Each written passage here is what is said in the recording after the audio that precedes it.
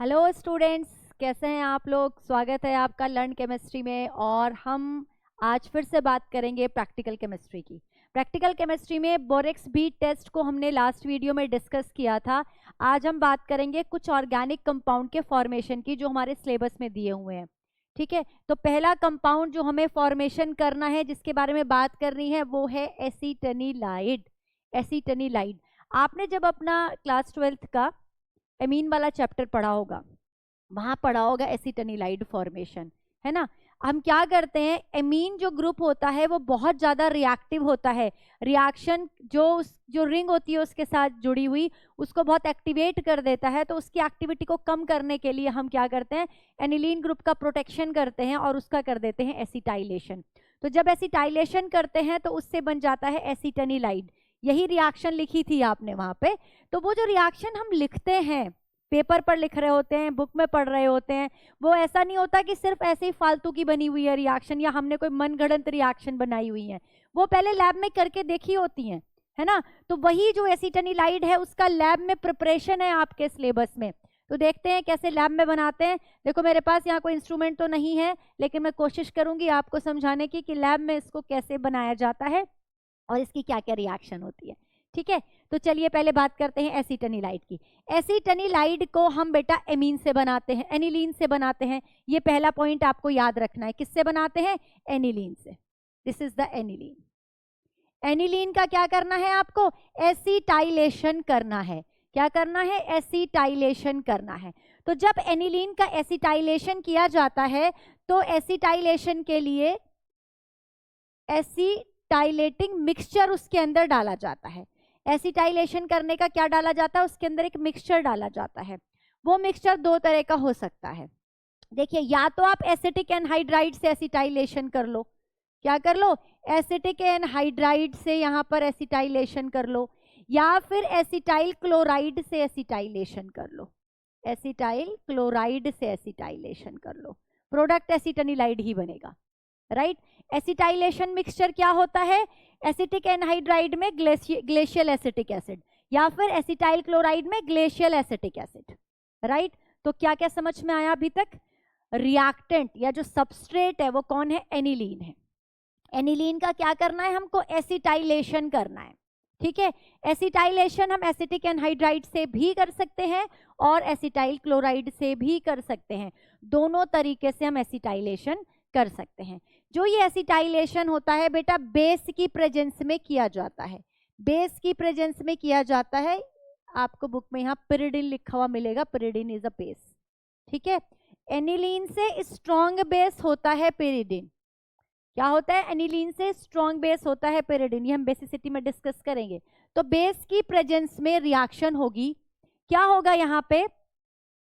CH3CO और ये वाला ऑक्सीजन, ये CH3COO ग्रुप यहां से एक हाइड्रोजन को लेकर निकल जाएगा। एसिटिक एसिड बाहर निकल जाएगा, CH3COOH। क्या बाहर निकल जाएगा? CH3COOH बाहर निकल जाएगा। और क्या बन जाएगा हमारे पास? एसीटनिलाइड बन जाएगा, एक व्हाइट कलर का क्रिस्टल। एसीटनिलाइड का फॉर्मेशन हो जाएगा। ठीक है, अगर आप लेते हो एसिटाइल क्लोराइड, तो एसिटाइल क्लोराइड जब इसके अंदर डालेंगे एनिलीन के अंदर, तो एसिटाइल क्लोराइड का बेटा ये Cl और यहां से एक हाइड्रोजन HCl की फॉर्म में निकल जाएगी, और ये NHCOCH3 ग्रुप, NHCOCH3 ग्रुप यहां पर आ जाएगा, जिसे हम कहेंगे एसीटनिलाइड। NH2 ग्रुप, तो जो एनिलीन का NH2 है उसका NH रह जाएगा, और COCH3 कहां से आएगा?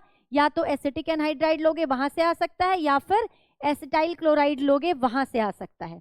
ये बात क्लियर हो गई? इतना समझ में आ गया आपको? ठीक है, ये तो हमने बात की रिएक्शन की जो मैंने बोर्ड पर लिखी है। लैब में कैसे करते हैं? लैब में लेते हैं बेटा एक फ्लास्क, फ्लास्क को रखते हैं सैंड बाथ के ऊपर। ठीक है, और इसको हमें हीट करना है। अभी हीट नहीं करना, पहले इसके अंदर मटेरियल डालना है, उसके बाद हीट करना है। और यहाँ एक कंडेंसर लगा हुआ होता है। ठीक है, ये कंडेंसर लगा होता है यहाँ पे। इसके अंदर हम डालते हैं मिक्सचर। इसके अंदर लेते हैं हम एनिलीन, और एनिलीन के साथ इसमें हम डालते हैं एसिटाइलेशन का मिक्सचर। एसिटाइलेशन का मिक्सचर बार बार मैं बोल रही हूँ, इसका मतलब मिक्सचर इसमें 2-3 चीजें मिली हुई होंगी। वो क्या होगा, एक तो आप ले लोगे एसिटिक एनहाइड्राइड या एसिटाइल क्लोराइड, साथ में लेते हैं ग्लेशियल एसिटिक एसिड, साथ में क्या लेते हैं, ग्लेशियल एसिटिक एसिड और थोड़ा सा जिंक डस्ट। तो मेरे पास मटेरियल रिक्वायर्ड क्या क्या है, क्या क्या मटेरियल यूज हो रहा है रिएक्शन में, एनिलीन यूज हो रहा है, दूसरा अभी मैं एसिटिक एनहाइड्राइड लिख रही हूं या फिर एसिटाइल क्लोराइड, दोनों में से कोई भी ले सकते हैं, तीसरा ग्लेशियल एसिटिक एसिड यूज हो रहा है और थोड़ी सी जिंक डस्ट यूज हो रही है। सबका फंक्शन बताऊंगी अभी, वेट, है ना। ये हमारा बन गया एसिटाइलेशन का ये मिक्सचर है, राइट। तो यहाँ पे एनिलीन लिया और उसके अंदर एसिटिक एनहाइड्राइड और acetic acid, glacial acetic acid, acetic acid नहीं ग्लेशियल एसिटिक एसिड डालेंगे और जब यहाँ से हीट करेंगे तो थोड़ी देर में हमें यहाँ पर व्हाइट कलर के क्रिस्टल मिलेंगे। इनको क्या करेंगे बेटा, ठंडा करेंगे रूम टेम्परेचर पर, छान लेंगे, छानने के बाद फिल्टर पेपर के ऊपर जो क्रिस्टल्स आएंगे उनको वाटर में वॉश करेंगे दोबारा से और हमें क्या मिल जाएगा, व्हाइट कलर के क्रिस्टलाइन सॉलिड मिल जाएगा, एसिटनीलाइड मिल जाएगा। ठीक है, ये समझ में आ गया यहाँ तक? ओके, देखिए हुआ क्या है, यहाँ पे हाइड्रोजन को निकालकर COCH3 ग्रुप आया है, हाइड्रोजन को निकालकर COCH3 ग्रुप आया है, यानी कि सब्स्टिट्यूशन रिएक्शन है। कौन सी रिएक्शन है, सब्स्टिट्यूशन रिएक्शन है। कौन सा सब्स्टिट्यूशन है, न्यूक्लियोफिलिक सब्स्टिट्यूशन रिएक्शन है। पहली बात नोट करेंगे, पहली बात नोट करेंगे कि एनिलीन से जो एसिटनीलाइड बनता है वो न्यूक्लियोफिलिक सब्स्टिट्यूशन रिएक्शन है। ठीक है, दूसरी बात, एसिटाइलेशन मिक्सचर यहाँ पर क्या होता है, acetic anhydride plus glacial acetic acid, normal acetic acid नहीं है। नॉर्मल एसिटिक एसिड के अंदर वाटर कंटेंट प्रेजेंट होता है, ग्लेशियल एसिटिक एसिड के अंदर, ग्लेशियल एसिटिक एसिड के अंदर वाटर एब्सेंट होता है, कोई वाटर नहीं होता इसके अंदर, प्योर होता है ये। ग्लेशियल नाम बोल रहे हैं, जो ग्लेशियर्स क्या होते हैं, आइस जैसे होते हैं ना, आइस के पहाड़ है ना, बर्फ के पहाड़, तो ऐसा ये बर्फ जैसा होता है, क्रिस्टल होते हैं व्हाइट कलर के, है ना, बर्फ जैसा होता है, इसलिए इसको क्या कहते हैं, प्योर फॉर्म होती है ग्लेशियल एसिटिक एसिड, वाटर नहीं होता इसके अंदर। क्यों लिया ग्लेशियल एसिटिक एसिड, क्वेश्चन ये आता है। देखिए जो ग्लेशियल एसिटिक एसिड है, नंबर एक, ये नोट कर लिया ना आपने, मैं मटेरियल हटा रही हूँ क्योंकि काफी यहाँ पे भीड़ भाड़ हो गई है बोर्ड पे। नंबर एक लिखेंगे यहाँ पे, कंट्रोल करता है रिएक्शन को, ये रिएक्शन को कंट्रोल करता है।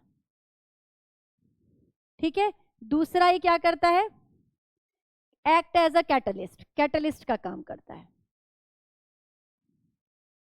ठीक है, तीसरा ये डिसॉल्व करता है एसिटनीलाइड को।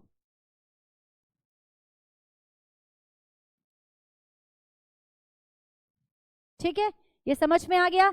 जब हम इसके अंदर ग्लेशियल एसिटिक एसिड डाल रहे हैं तो वो क्या कर रहा है, रिएक्शन को कंट्रोल कर रहा है, कैटलिस्ट का काम कर रहा है और एसिटनीलाइड को डिसॉल्व कर रहा है। जो ये ग्लेशियल एसिटिक एसिड है, ग्लेशियल एसिटिक एसिड है प्रोटिक, प्रोटिक सॉल्वेंट है। प्रोटिक का मतलब समझते हो, CH3COOH, इसके अंदर H पॉजिटिव है, प्रोटॉन है, H दे सकता है H positive, that is protic solvent का काम करता है, एसिटिक एसिटनीलाइड को डिसॉल्व करता है।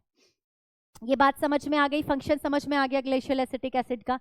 अगली बात हमने कहा कि इसमें हमने थोड़ा सा जिंक डस्ट भी ऐड किया था, जिंक डस्ट भी ऐड किया था। जिंक डस्ट क्या करता है, प्रिवेंट करता है रिएक्शन मिक्सचर को ऑक्सीडेशन से, ये जिंक डस्ट का फंक्शन हो गया। अब ये जो रिएक्शन होती है वो बेस की प्रेजेंस में होती है, पिरिडीन की प्रेजेंस में होती है ये रिएक्शन। किसकी प्रेजेंस में होती है, पिरिडीन की प्रेजेंस में होती है। पिरिडीन का क्या काम होता है, इस बेस का क्या काम होता है, पिरिडीन क्या करता है बेटा, पिरिडीन एक बेस है, यहाँ पर दोनों में एसिड बन रहा है, ये क्या करता है, इस एसिड को अब्सॉर्ब करता है। जब प्रोडक्ट साइड से ये एसिड को अब्सॉर्ब करेगा तो according to Le Chatelier, according to Le Chatelier reaction क्या जाएगी, फॉरवर्ड डायरेक्शन में जाएगी। रिएक्शन क्या जाएगी, फॉरवर्ड डायरेक्शन में जाएगी, फॉरवर्ड रिएक्शन को प्रमोट करेगा। पिरिडीन क्या करेगा, रिएक्शन को, फॉरवर्ड रिएक्शन को प्रमोट करेगा by absorbing the acid. Clear, pyridine का फंक्शन समझ में आ गया। ये मैंने पहले ही बता दिया, एसिटनीलाइड व्हाइट क्रिस्टलाइन सॉलिड होते हैं, इनसॉल्युबल होते हैं ये कोल्ड वाटर में और हॉट वाटर में सॉल्युबल होते हैं। पहले जो ये एसिटानिलाइड था इसको हम एंटीपायरेटिक ड्रग, फीवर को कम करने की ड्रग के फॉर्म में यूज करते थे, लेकिन अब यूज नहीं करते और नई नई ड्रग्स आ गई हैं, ज़्यादा सेफर है इससे, तो हम उनको यूज करते हैं एज ए एंटीपायरेटिक। तो ये हमने बात करी एसिटानिलाइड की, राइट। तो एसिटानिलाइड को लेकिन मैं अगर आपके एमीन वाले चैप्टर से जोड़कर देखूं तो एसिटानिलाइड का फंक्शन क्या है और क्यों बनाते हैं, इस पर भी हम थोड़ी सी बात कर लेते हैं, थोड़ा सा डिस्कशन कर लेते हैं। आई होप आपने ये नोट कर लिया होगा, ठीक है। मैं अभी के लिए ये डायग्राम हटा देती हूँ और फिर हम बात करते हैं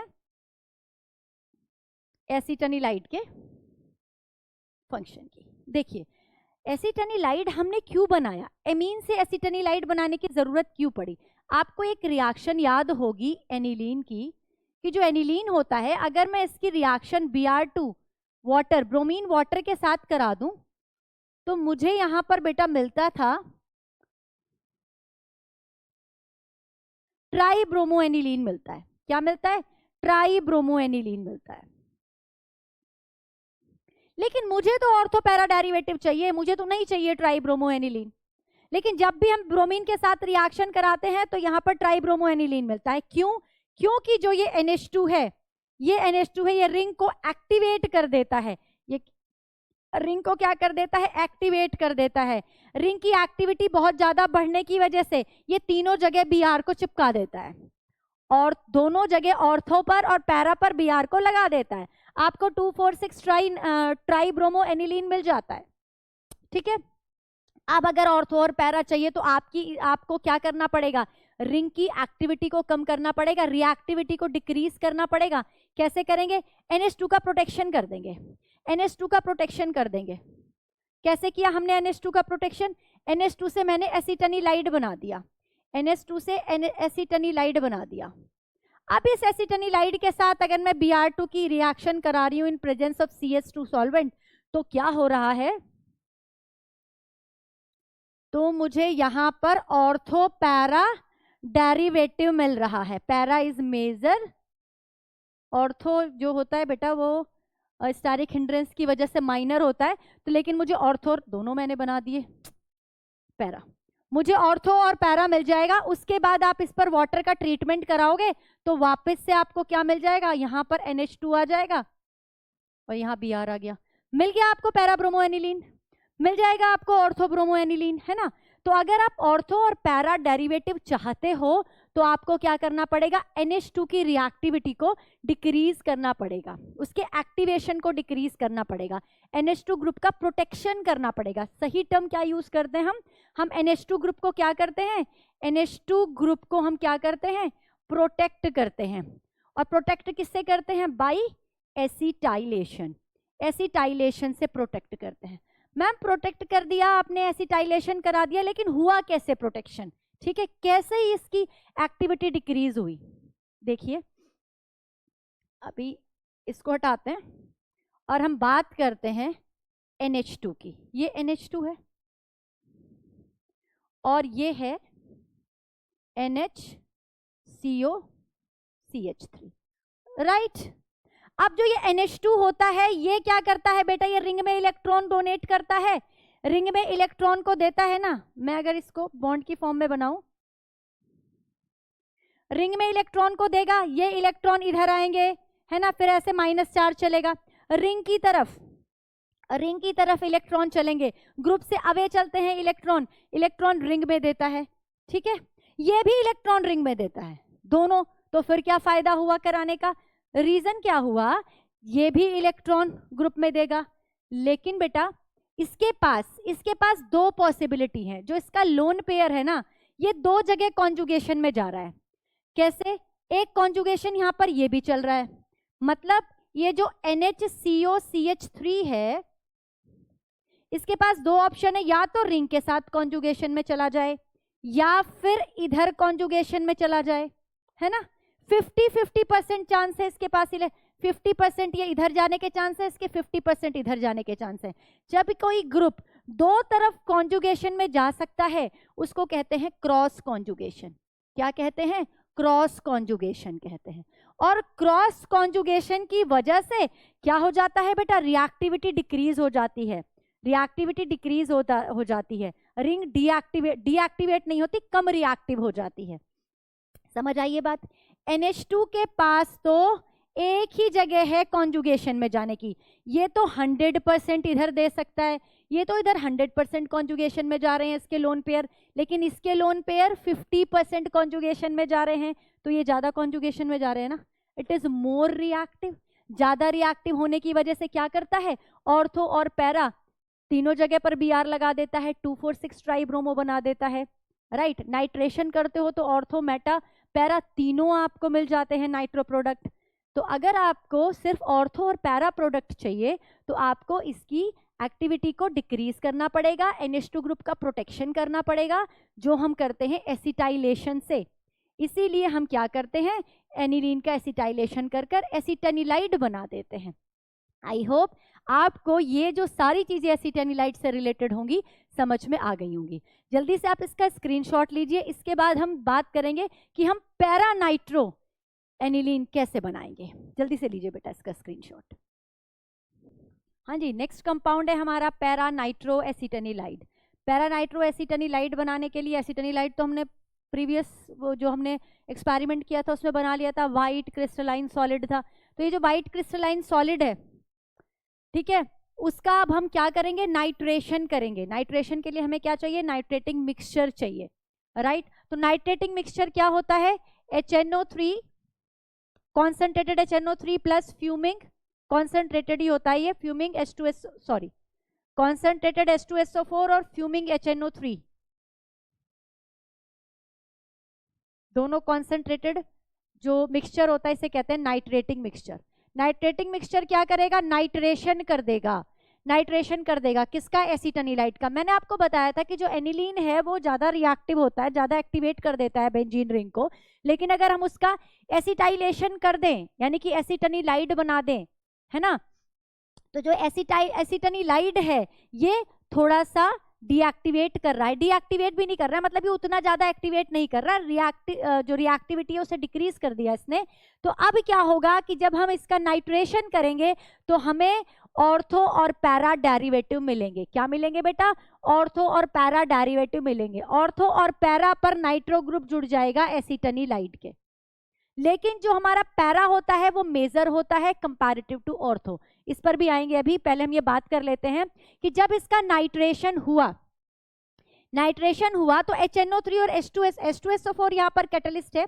HNO3 क्या करेगा, NO2 पॉजिटिव इलेक्ट्रोफाइल बनाएगा, ये NO2 पॉजिटिव इलेक्ट्रोफाइल आकर रिंग पर अटैक करेगा। इसका मतलब जो ये रिएक्शन हमने लिखी है ये है इलेक्ट्रोफिलिक सब्स्टिट्यूशन रिएक्शन।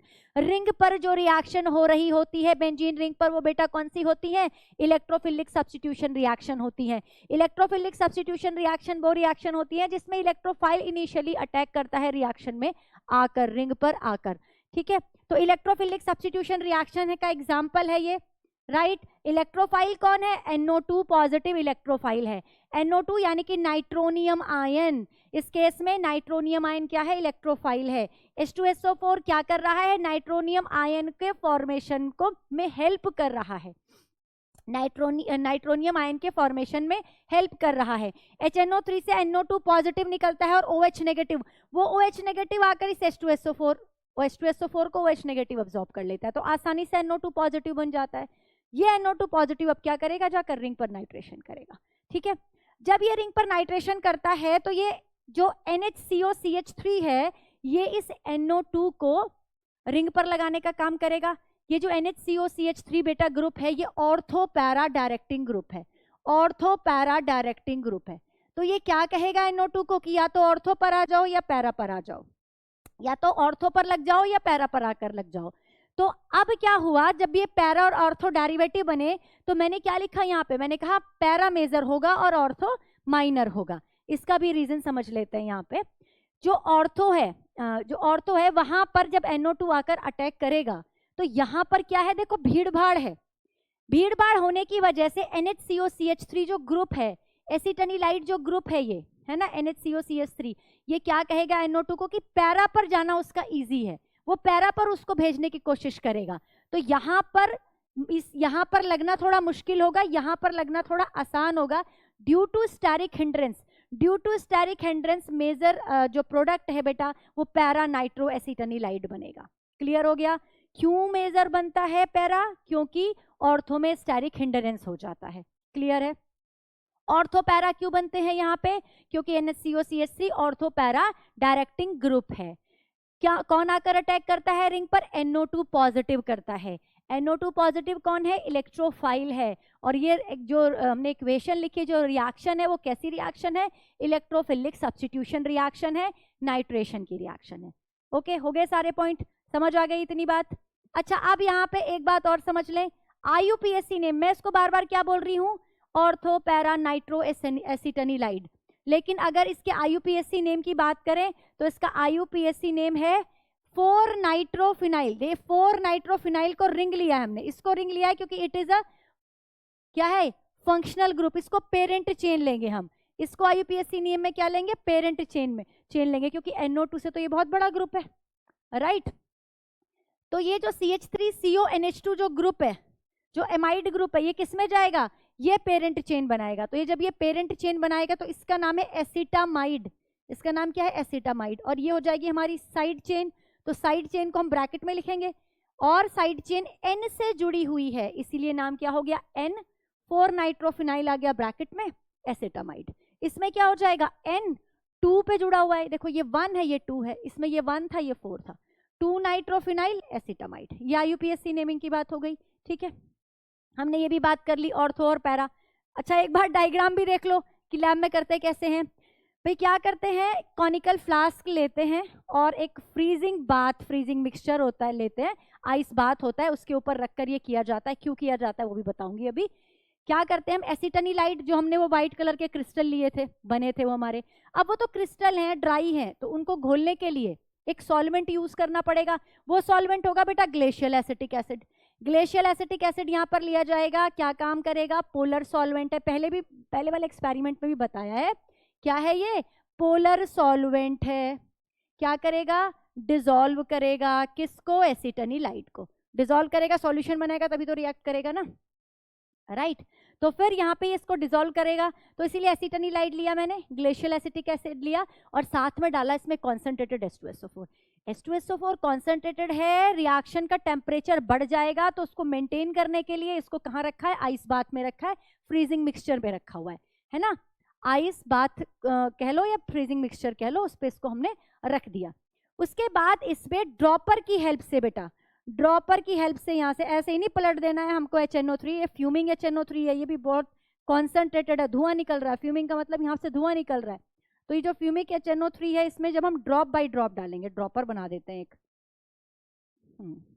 ड्रॉपर से हम इसमें क्या डालेंगे? फिर ये ड्रॉप आके डल रही है इसमें HNO3 की ड्रॉप डालेंगे, और धीरे धीरे इसको स्टर करते रहेंगे, हिलाते रहेंगे धीरे धीरे, और ड्रॉप बाय ड्रॉप डालते रहेंगे, और नीचे ये ग्लास वो आइस तो पड़ी हुई है, ठंडा करता रहेगा। मतलब क्या करेंगे? इस मिक्सचर को हमने 15 डिग्री सेंटीग्रेड के नीचे ही रखना है टेम्परेचर को, जिससे कि ये जो हमारा कॉनिकल फ्लास्क है ये फटे ना, क्योंकि आप इसमें हॉट ये कॉन्सेंट्रेटेड HNO3 डाल रहे हो, कॉन्सेंट्रेटेड H2SO4 डाल रहे हो, राइट?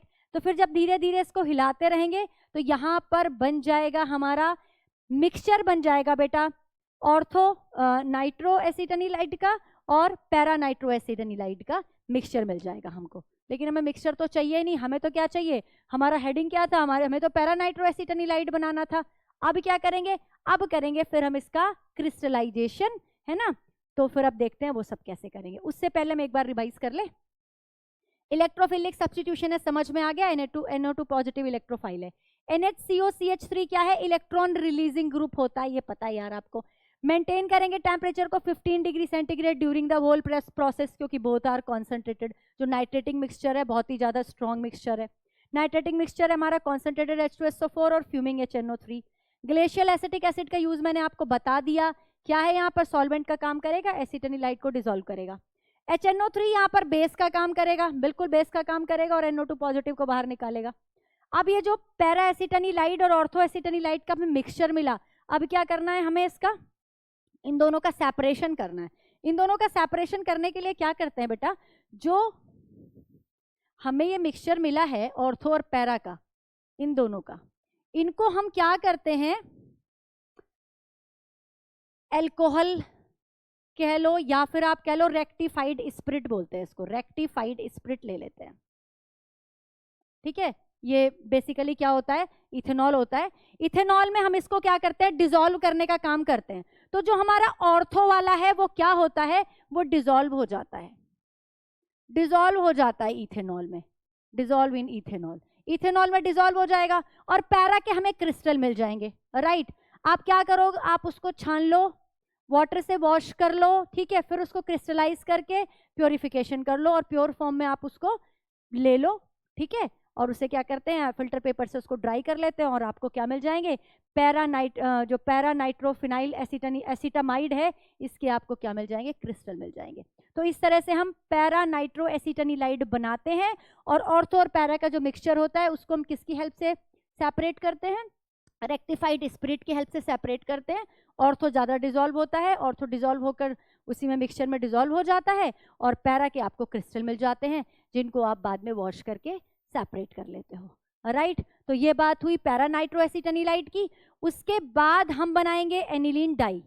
राइट, येलो कलर की एनिलीन बनाएंगे, जल्दी से करिए इसका स्क्रीनशॉट।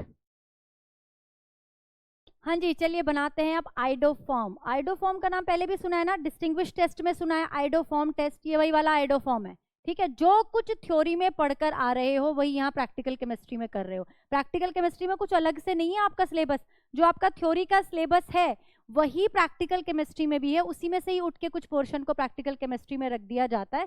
ये हम लैब में भी करते हैं। ठीक है, अगर आप लोग लैब में गए होगे तो आपको कराया गया होगा, कुछ जगह कराया जाता है, कुछ नहीं कराया जाता है, कोई बात नहीं, हम यहाँ पे फील ले लेते हैं, यहाँ देख लेते हैं कैसे कराते हैं। तो आइडोफॉर्म, पहली बात तो आइडोफॉर्म आपको पता होना चाहिए कि इसका फॉर्मूला क्या है। बेटा जो CHI3 होता है, जैसे क्लोरोफॉर्म है CHCl3, है ना, Cl की जगह I लग गया तो क्या बन जाएगा, आइडोफॉर्म बन जाएगा। राइट, अच्छा जो CHI3 है इसका एक और नाम है ट्राई आइडो, अगर इसका मैं IUPAC नेम क्या होगा, ट्राई आइडो मीथेन। तो अगर वहां पे ट्राई आइडो मीथेन लिखा होगा ना तो कंफ्यूज नहीं होना है। ठीक है, CHI3 का जो IUPAC नेम है वो क्या हुआ, ट्राई आइडो मीथेन। चलिए CHI3 देखते हैं कैसे बनाते हैं। आप इसको एसीटोन से भी बना सकते हो और इथाइल अल्कोहल से भी बना सकते हो, आपकी चॉइस है। ठीक है, तो पहले एसीटोन की रिएक्शन देखते हैं। एसीटोन की रिएक्शन I2 के साथ और NaOH के साथ, एक्वस NaOH के साथ कराई जाती है। तो वहां पर एसिटिक एसिड, जो सोडियम सॉल्ट बन जाता है एसिटिक एसिड का, यानी कि सोडियम एसिटेट बन जाता है, NaI as a by product, और येलो कलर के क्रिस्टल, येलो कलर का प्रेसिपिटेट आता है आइडोफॉर्म का CHI3 का, और water as a by product निकलता है। ठीक है, अभी देखेंगे, आराम से देखेंगे कि किस तरह से होती है रिएक्शन, पैनिक होने की जरूरत नहीं है, रिएक्शन इतनी भी टफ नहीं है, आपको धीरे धीरे समझ में आ जाएगी। बस आपको याद रखना है कि आइडोफॉर्म बनाने के लिए आपको लेना पड़ेगा I2 और NaOH, ठीक है, या फिर I2 और Na2CO3। क्लियर है, I2 या NaOH ले लो या फिर I2 और Na2CO3 ले लो। कहीं पर NaOH की जगह अगर Na2CO3 दे दिया तो वो कुछ और नहीं है बेटा, वो भी हेल्प करता है आइडोफॉर्म को बनाने में, है ना। तो इथाइल अल्कोहल लिया, इथाइल अल्कोहल के साथ I2 और NaOH भी ले सकते हैं, I2 और Na2CO3 भी ले सकते हैं एक्वस सॉल्यूशन। और फिर क्या होगा, यहाँ पर यहाँ बनेगा sodium salt of formic acid, sodium format बनेगा, CHI3 बनेगा, NaI बनेगा, CO2 निकलेगा, H2O निकलेगा। अच्छा, यहाँ और यहाँ के प्रोडक्ट में डिफरेंस क्यों है बेटा, एक बात देखो, यहाँ पे 3 कार्बन थे, ठीक है, 3 कार्बन का आपने रिएक्टेंट लिया था, 1, 2 और 3 कार्बन ही प्रोडक्ट में है। ठीक है, 2 कार्बन आ गए सॉल्ट में और 1 कार्बन आ गया प्रेसिपिटेट में। क्लियर, यहाँ पे 2 कार्बन लिए थे तो 1 ही कार्बन आएगा ना सॉल्ट में, क्योंकि 1 कार्बन को तो प्रेसिपिटेट में जाना है। समझ आ गया ना, इसीलिए ये दोनों प्रोडक्ट अलग बने ना, इसमें अलग बना, इसमें अलग बना। ये बात क्लियर हो गई, क्योंकि आपने जो रिएक्टेंट था, यहाँ पर रिएक्टेंट में 2 कार्बन थे, यहाँ रिएक्टेंट में 3 कार्बन थे। फिर यहाँ पर CO2 निकला, यहाँ नहीं निकला, क्योंकि यहाँ पर Na2CO3 लिया था, Na2CO3 में से CO2 निकल जाएगा बाहर, है ना, तो इसीलिए CO2 यहाँ एक एक्स्ट्रा बना है। ठीक है, अब समझते हैं इस रिएक्शन में होता क्या है। एक्चुअली यहाँ पर क्या होता है कि जो ये NaOH है ये I2 के साथ रिएक्ट कर जाता है और बनाता है NaOI plus NaI plus H2O। ठीक है, ये बनता है NaOH I2 के साथ रिएक्ट करके ये रिएक्शन बनाता है NaOI, सोडियम हाइपोआयोडेट कहते हैं इसको, हाइपोआयोडाइट, सोडियम हाइपोआयोडाइट कहते हैं इसको, ये तो सोडियम आयोडाइड है ही, ठीक है। सोडियम हाइपोआयोडाइट बनेगा, सोडियम आयोडाइड बनेगा और वाटर निकलेगा, ठीक है। NaI से हमें कुछ लेना देना नहीं है, वाटर से हमें कुछ लेना देना नहीं है, दोनों as a by product reaction में बाहर निकल जाएंगे। रिएक्शन में काम कौन कर रहा है, रिएक्शन में काम कौन कर रहा है, NaOI कर रहा है। तो आपने देखा होगा जब आपने डिस्टिंग्विश टेस्ट में पढ़ा था इसको, तो या तो एरो पर लिख कर देगा आपको NaOH प्लस I2, तो बेटा वो आइडोफॉर्म बनाना है, NaOI आइडोफॉर्म टेस्ट ही है ये भी, Na2CO3 plus I2 iodoform test है, ठीक है। आपको ये समझना है कि ये दोनों चीज और ये दोनों चीज आपस में रिएक्ट करके NaOI बनाती हैं, और ये जो NaOI है, सोडियम हाइपोआयोडाइट है, ये रिएक्शन को आगे प्रोसीड करता है, यही चलाता है रिएक्शन को, ये होता है ऑक्सीडाइजिंग एजेंट। क्या होता है बेटा, ऑक्सीडाइजिंग एजेंट। अब जब ये ऑक्सीडाइजिंग एजेंट है तो ये ऑक्सीडाइज करेगा, किसको ऑक्सीडाइज करेगा, कीटोन को ऑक्सीडाइज करेगा। अगर आपने कीटोन सबस्ट्रेट लिया है तो NaOI क्या करेगा, इस कीटोन को ऑक्सीडाइज करेगा। जब ये कीटोन को ऑक्सीडाइज करेगा तो क्या बना देगा, एसिड बनाएगा, कीटोन का ऑक्सीडेशन होगा तो एसिड बनेगा। यहां पर एसिड बन जाता है, लेकिन एक बात का ध्यान रखेंगे, अगर आपने 3 कार्बन वाला कीटोन लिया हुआ है, कीटोन में तो मिनिमम 3 कार्बन ही होते हैं, 3 कार्बन का आपका सबस्ट्रेट है तो 2 कार्बन का एसिड बनेगा, क्योंकि एक कार्बन जो है बेटा वो CHI3 के फॉर्म में निकला है। क्लियर हो गई ये बात। और अगर आपने इथाइल अल्कोहल लिया है तो मैम इसका क्या होगा, तो जो इथाइल अल्कोहल हम लेते हैं ना, क्यों करता है इथाइल अल्कोहल ये रिएक्शन, क्योंकि NaOI क्या है बेटा, ऑक्सीडाइजिंग एजेंट है। ये इथाइल अल्कोहल का क्या कर देगा, सॉरी, इथाइल अल्कोहल का क्या कर देगा, पहले इस इथाइल अल्कोहल का कर देगा ऑक्सीडेशन और इससे बना देगा एसिटल्डिहाइड। अब एसिटल्डिहाइड में 2 कार्बन है, एक कार्बन वाला तो बन जाएगा एसिड का सॉल्ट, एक कार्बन वाला एसिड कौन है, फॉर्मिक एसिड है, सोडियम सॉल्ट बन जाएगा, और एक कार्बन निकल जाएगा as a yellow precipitate. Got it, समझ में आ गई ये कहानी, ये कहानी समझ में आई आपको। अच्छा, यहाँ पे एक चीज और बताना चाहती हूँ आपको मैं, रिएक्शन का भी हम मैकेनिज्म की ही बात कर रहे हैं, है ना, मोटी मोटी बात बता दे रही हूँ। देखो, जब आपने C2H5OH लिया था, आपने इसके ऊपर NaOI था, वो ऑक्सीडाइजिंग एजेंट का काम कर रहा था, इसको इसने CH3CHO में कन्वर्ट कर दिया। अब CH3CHO को NaOI ने क्या कर दिया, CH3CHO जो ये CH3CHO है, ये फर्दर जो अभी NaOI रिएक्टिंग मिक्सचर में पड़ा हुआ है, ये क्या कर देगा, इसको कन्वर्ट कर देगा Ci3CHO में। ओके, अब इस Ci3CHO पर आप कराओगे NaOH की रिएक्शन, फर्दर NaOH की रिएक्शन कराओगे तो CHI3 अलग हो जाएगा और एक कार्बन वाला एसिड का सॉल्ट अलग हो जाएगा। ठीक है, क्लियर। अब अगर आपने लिया एसीटोन, एसीटोन का आप ये क्या करेगा, अब इसका ऑक्सीडेशन तो फर्दर क्या करेगा, तो ऑलरेडी ऑक्सीडाइज्ड है, इस पर क्या होगा, NaOI क्या करेगा, 3 हाइड्रोजन यहां से निकाल के इसको तो Ci3 में कन्वर्ट कर देगा, एक कार्बन तो Ci3 बना देगा, ये प्रोडक्ट बनेगा। उसके बाद सॉरी इंटरमीडिएट बनेगा। उसके बाद NaOH क्या करेगा, इसको तो हाइड्रोजन दे देगा, इसको हाइड्रोजन दे देगा, तो ये तो CHI3 बना के निकल जाएगा येलो प्रेसिपिटेट, और बचा हुआ क्या बन जाएगा, CH3COONA।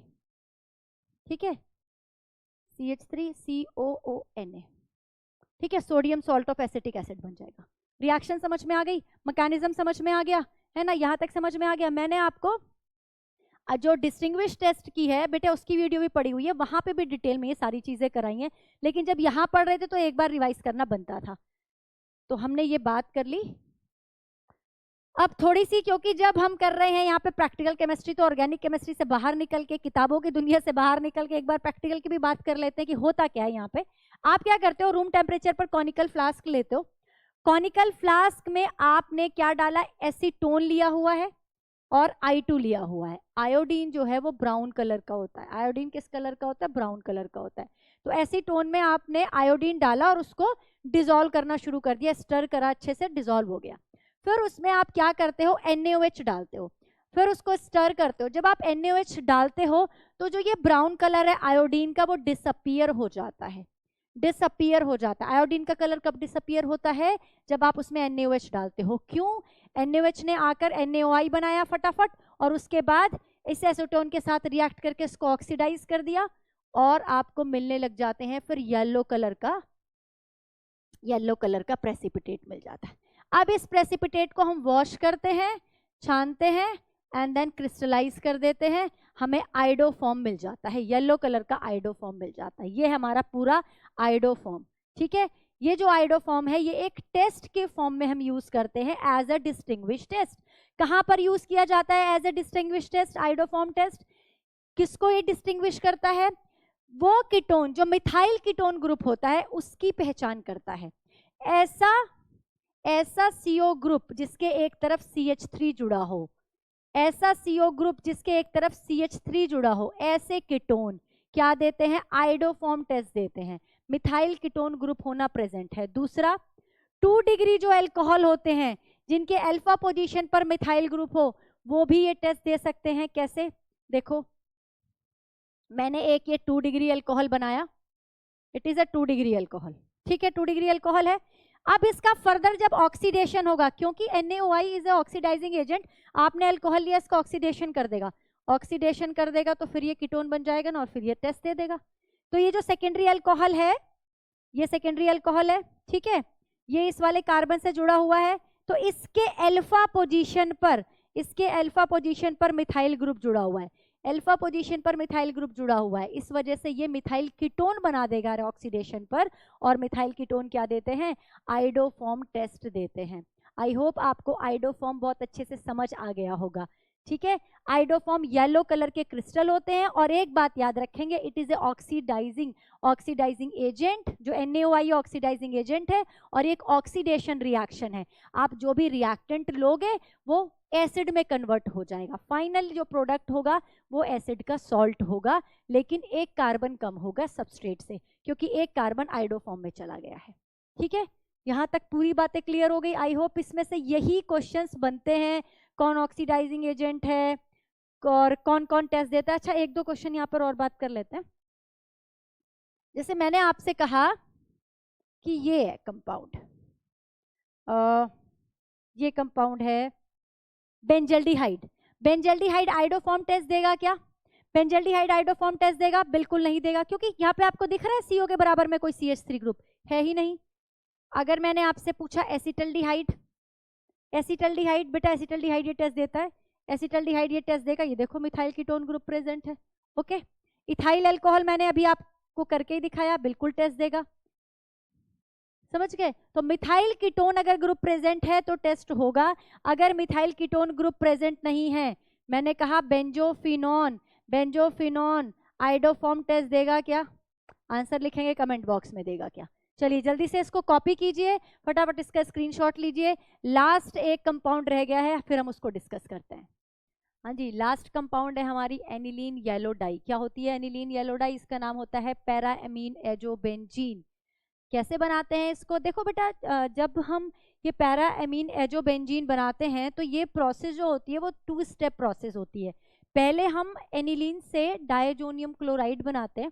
डायजोनियम क्लोराइड आपने थ्योरी में भी पढ़ा होगा, नाम सुना होगा, इससे आप बहुत कुछ बना सकते हो, इसकी बहुत ही वैल्यू होती है, इंडस्ट्रियल एप्लीकेशन होता है, क्योंकि हम इससे बहुत सारे कंपाउंड बना सकते हैं, नाइट्रोबेंजीन, फिनॉल, बेंजीन, फ्लोरो, क्लोरो, ब्रोमो, आइडो, सब बना सकते हो आप इससे। तो पहले हम डायजोनियम क्लोराइड बनाएंगे एंड देन फिर हम एनिलीन येलो यानी कि येलो कलर की डाई बनाएंगे। देखते हैं कैसे करते हैं। पहले स्टेप में हम क्या करते हैं, पहले एनिलीन लेते हैं और एनिलीन में हम डालते हैं NaNO2 प्लस HCl, और ये रिएक्शन बहुत कम टेम्परेचर पर होती है। आइस बात पर ये रिएक्शन कराई जाती है, 0 डिग्री सेंटीग्रेड के आसपास ये रिएक्शन होती है ना। बहुत कम टेम्परेचर पर हम इस रिएक्शन को क्या करते हैं, कराते हैं, राइट। तो उसके बाद जब हम इस रिएक्शन को कराते हैं तो जो NH2 है वो डाई एजोनियम क्लोराइड में कन्वर्ट, N2Cl में कन्वर्ट हो जाता है, और जो ये बन गया है इसका नाम होता है बेंजीन डाइएजोनियम क्लोराइड। पहले स्टेप में ये बना, ठीक है। क्या किया आपने, कॉनिकल फ्लास्क लिया और इसके अंदर ले लिया aniline plus HCl plus water, और फिर इसके अंदर आपने क्या डाला, NaNO2 वाटर में मिक्स करके, सोडियम नाइट्राइट वाटर में मिक्स करके इसके अंदर डालेंगे हम धीरे धीरे, और इसको हम क्या करते रहेंगे बेटा, शेक करते रहेंगे कंटिन्यूअसली। शेक करते रहेंगे तो यहाँ पर क्या बन जाएगा, बेंजीन डाइजोनियम क्लोराइड बन जाएगा। एक्चुअली क्या होता है, NaNO2 और HCl रिएक्ट करके ना इन situ HNO2 का फॉर्मेशन कर देते हैं, और कई बार HNO2 और HCl भी लिखा होता है एरो के ऊपर, ठीक है। तो जो ये HNO2 होता है इसकी वजह से फिर ये किस में कन्वर्ट हो गया, डाइएजोनियम क्लोराइड में कन्वर्ट हो गया। अब आपका जो ये डाइएजोनियम क्लोराइड आपको मिल गया फ्लास्क के अंदर, अब आप एक अलग से दूसरा फ्लास्क या टेस्ट ट्यूब लेते हो, उसके अंदर एनिलीन और HCl डालते हैं। HCl क्यों डाल रहे हैं यहाँ पर, HCl क्या इसलिए डालते हैं क्योंकि ये जो रिएक्शन होती है, HCl तो यहाँ पर निकलता ही है, साथ में जो ये रिएक्शन होती है ना बेटा वो एसिडिक मीडियम में होती है, एसिडिक मीडियम में ये रिएक्शन होती है। तो एसिडिक मीडियम इसको क्रिएट करने के लिए यहाँ पर HCl भी ऐड करते हैं, और फिर ये जो मिक्सचर है वो इसमें धीरे धीरे डालकर इसको शेक करते रहते हैं, और ये रिएक्शन आइस बाथ पर ही कराते हैं। तो आपको क्या मिलती है, येलो कलर की डाई मिल जाती है, येलो कलर के क्रिस्टल बनने शुरू हो जाते हैं। फिर इनको आप वॉश कर लेते हो, और फिर आप याद रखेंगे कि इसको ईथर के साथ इसका क्रिस्टलाइजेशन कराया जाता है, ईथर में इसका क्रिस्टलाइजेशन कराया जाता है, वाटर में नहीं कराते। इसका जो प्योरिफिकेशन है, जो क्रिस्टलाइजेशन है वो हम ईथर में करते हैं, क्योंकि जो डाइजोनियम क्लोराइड होता है बेटा ये हाइड्रोजन बॉन्ड कर लेता है, तो वाटर के साथ नहीं करते हैं इसको। तो अब क्या क्या मेन चीजें हो गई, एनिलीन येलो डाई में एक तो इसका जो नाम होता है वो होता है पैरा अमीनो, पैरा पर जुड़ा हुआ है अमीनो, और डाइएजोबेंजीन। अच्छा, जब भी ना आप डाई बनाते हैं, या तो आप एनिलीन से बनाते हैं, फिनॉल से ऑरेंज कलर की डाई बनती है, तो यहाँ पर पैरा पर ही जुड़ता है हमेशा, है ना। पैरा पर अगर कोई ग्रुप लगा हुआ होगा, मान लो कोई ग्रुप X यहाँ लगा हुआ है, तब ये ऑर्थो पर आप इसे जोड़ोगे, क्योंकि स्टेरिक हिंड्रेंस हो जाएगा ऑर्थो पर। तो पैरा पर ही क्या होता है, डाइएजो ग्रुप आकर जुड़ता है, तो यहाँ पर बनेगा पैरा अमीनो एजोबेंजीन, जो कि येलो कलर की डाई है। अच्छा, एक बात का और ध्यान रखेंगे कि ये जो रिएक्शन है वो लो टेम्परेचर पर, मैंने पहले ही बोला आइस बाथ पर होती है, 5 डिग्री सेंटीग्रेड से ऊपर टेम्परेचर को नहीं बढ़ने देंगे। क्यों, क्योंकि जैसे ये बेंजीन डाइजोनियम क्लोराइड बनेगा और आप इसको शेक कर रहे हो, मान लो इसका टेम्परेचर बढ़ गया, तो ये फिनॉल में ब्रेक डाउन हो जाएगा, फिनॉल में डिकम्पोज हो जाएगा। हमें फिनॉल नहीं चाहिए, हमें तो येलो डाई बनानी है। तो इसलिए क्या करते हैं, टेम्परेचर को बेटा ये नोट कर लेंगे, इंपॉर्टेंट है, टेम्परेचर को 5 डिग्री सेंटीग्रेड से ऊपर जाने नहीं देते। और मैंने आपको एक बात ये भी बताई कि जो डाइएजोनियम क्लोराइड होता है ये वाटर सॉल्युबल होता है, क्योंकि ये क्या बना देता है बेटा, हाइड्रोजन बॉन्ड बना देता है वाटर के साथ। इसीलिए इसको क्रिस्टलाइजेशन जब हम करते हैं ईथर के हेल्प से करते हैं। दूसरा, ये जो रिएक्शन होती है इसका जो pH है वो बिलो 7 रखते हैं, 4 to 5 के आसपास होती है। ये रिएक्शन हम किस में कराते हैं, एसिडिक मीडियम में कराते हैं।